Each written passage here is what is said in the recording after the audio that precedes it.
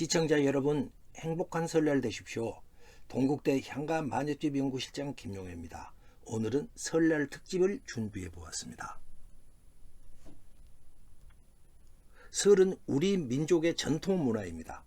우리에게 있어 전통 문화라는 것은 무엇일까요?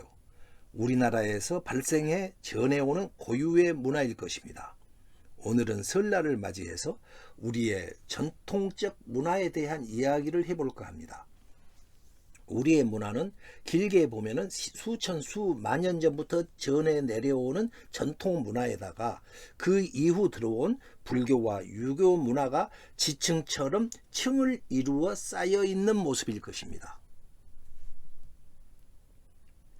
불교와 유교 이전에 있었던 우리 고유의 문화는 어떤 모습이었을까요? 제가 여기서 말하는 전통 문화라는 것은 불교 도입 이전에 있었던 고유의 문화를 말합니다. 구석기, 신석기 시대 때부터 쭉 내려왔던 문화입니다.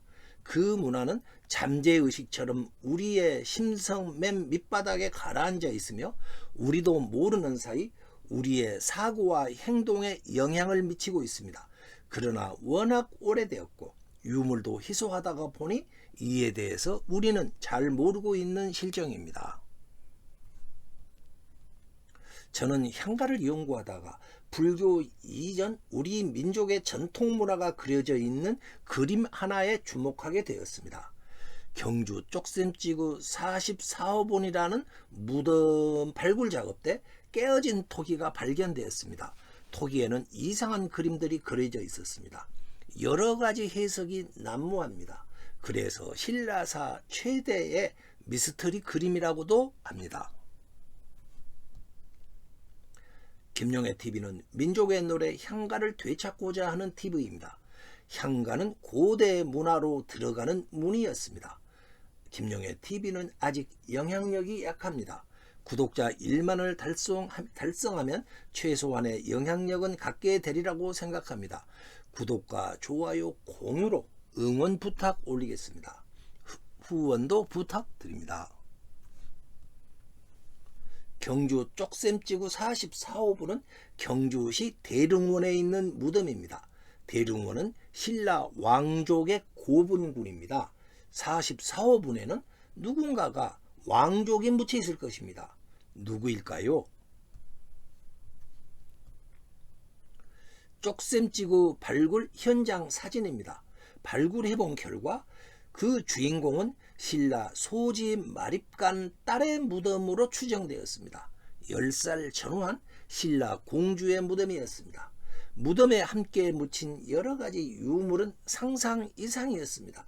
심심할까 봐서 바둑알까지 넣어놓고 있었습니다.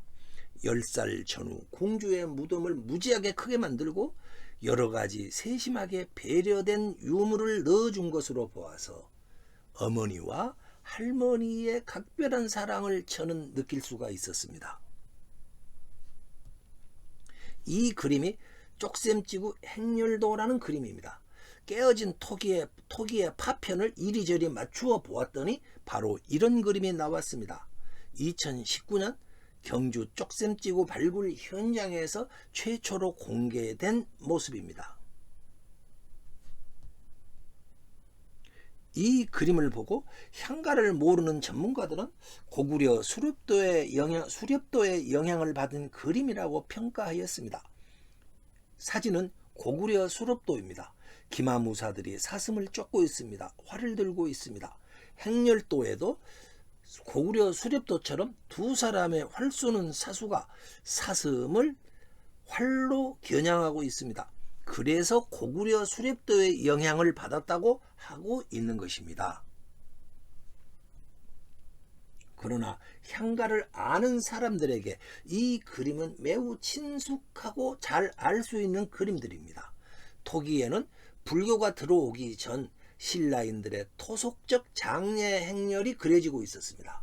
당시의 내세관에 따른 그림이었던 것입니다. 향가에 나오는 여러 가지의 보원들, 그 보원들이 그림으로 그려져 있었습니다. 우리 민족 고대 내세관을 기반으로 해 그려진 장례 행렬도인 것입니다. 향가를 안다면 이 그림들의 뜻을 풀 수가 있습니다.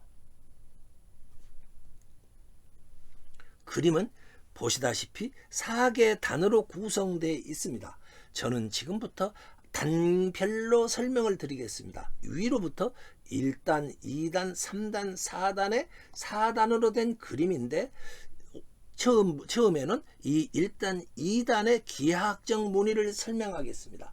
기하학적 무늬는 밤하늘의 별이었습니다. 우리나라 무덤에서는 하늘의 별자리 그림들이 제법 많이 발견되고 있습니다. 특히 여러 고인돌 덮개돌에서 뚜껑돌에서 별자리들이 발견됩니다. 죽은 영혼에게 저승 가는 길은 이쪽으로 가는 것이다 라는 방향을 가르쳐 주고 있는 별자리들이었습니다. 이 사진은 경남에 있는 함안박물관의 고인돌과 전남 진도에서 발견된 고인돌에 새겨져 있는 별자리 그림들입니다. 고대 사회에서 별은 방향을 가리켜주는 나침반의 역할을 하였습니다.